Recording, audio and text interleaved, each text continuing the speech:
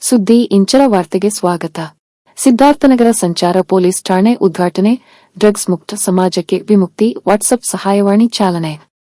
ಮೈಸೂರು ಸಾಂಸ್ಕೃತಿಕ ನಗರಿ ಮೈಸೂರಿನಲ್ಲಿ ಕಾನೂನು ಸುವ್ಯವಸ್ಥೆ ಮತ್ತು ಸಂಚಾರ ವ್ಯವಸ್ಥೆಯನ್ನು ಮತ್ತಷ್ಟು ಬಲಪಡಿಸುವ ನಿಟ್ಟಿನಲ್ಲಿ ಕರ್ನಾಟಕ ರಾಜ್ಯ ಪೊಲೀಸ್ ವತಿಯಿಂದ ನಿರ್ಮಿಸಲಾದ ಸಿದ್ಧಾರ್ಥನಗರ ಸಂಚಾರ ಪೊಲೀಸ್ ಠಾಣೆಯ ನೂತನ ಕಟ್ಟಡವನ್ನು ಗೃಹ ಸಚಿವ ಜಿ. ಪರಮೇಶ್ವರ್ ಅವರು ಇಂದು ಉದ್ಘಾಟಿಸಿದರು.